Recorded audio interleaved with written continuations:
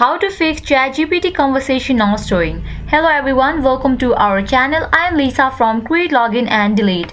Now let's jump straight into the process. After you log into ChatGPT, you will land to this kind of page. Now at the left corner you can find the old conversations, but in the case you cannot find over here, what you need to do is you have to firstly refresh the page. For that, click on this icon, just refresh it. Refresh the page for multiple times, and this may solve your problem. If this method does not work for you, then you can log out and log into your ChatGPT account. Just log out of it and again log in. Now you can check it out if it loads or not. If this method also doesn't work, then you have to wait. Sometimes ChatGPT takes a while to load, so you can just wait for a while and it will load.